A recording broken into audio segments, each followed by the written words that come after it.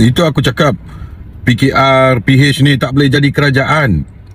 Statement-statement cara pemikiran dia macam orang tak ada otak. Inilah Pakatan Harapan ni. Yang terbaru hari ni, Hanayo, Menteri Wilayah, mengeluarkan kenyataan bahawa membuat satu inisiatif di mana dipanggil Bangun KL. Kononnya usaha Menteri Wilayah untuk mengurangkan kesesakan jalan raya, bersama kolaborasi dengan Zeus Coffee, menawarkan diskaun berapa pun tak tahulah, tak dinyatakan dalam kenyataan, memberikan diskaun antara jam 7 pagi dan 8 pagi bagi menggalakkan warga KL untuk masuk ke KL awal pagi, maknanya masuk awal lah, jangan masuk lewat. Jadi pukul 7 pagi dah masuk dekat KL dah. Inilah, kalau begini cara pemikiran seorang menteri, ini level menteri, bukan ketua kampung ke, bukan penghulu, bukan ketua cawangan, seorang menteri boleh bagi satu cadangan yang begitu lemah. Baik, saya nak mencadangkan kepada Hanayo ni, seorang menteri, kalau benar-benar kerajaan nak menggalakkan warga KL ni masuk awal, saya cadangkan bagi diskaun tol.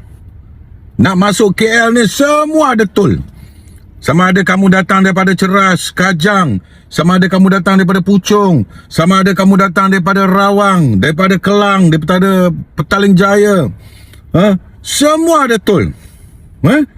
Daripada Gombak, semua nak masuk KL ni ada tol.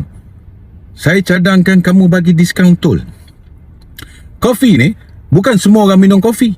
Ada orang tak suka kopi, tak minum pun kopi. Jadi apa tujuan kamu, cara pemikiran kamu sebagai seorang menteri wilayah? Saya cadangkan bagi diskaun tol. Daripada jam 6.30 sampailah pukul 8.30 ataupun pukul 8. Kalau nak lagi awal 7.30, 1 jam je. 6.30 sampai 7.30 bagi diskaun tol. Saya jamin ramai akan berlumba-lumba nak masuk awal ke Kuala Lumpur. Macam itulah cara. Ini kau berkolaborasi kononnya dengan Zeus Coffee, bagi diskaun berapa pun tak tahu diskaun, kamu nak suruh orang semua telan kopi. Kononnya mampu mengurangkan 10% kesesakan di wilayah Persekutuan Kuala Lumpur ni. Kamu semua ni tak fikir ke? Sekolah masuk pukul 7.10, 7.15, 7.30. Orang kadang-kadang keluar kerja ni, dia nak kena pergi hantar anak dia ke sekolah dulu. Takkan nak hantar anak pukul 6 pagi, 6.30 pagi, gelap-gelap.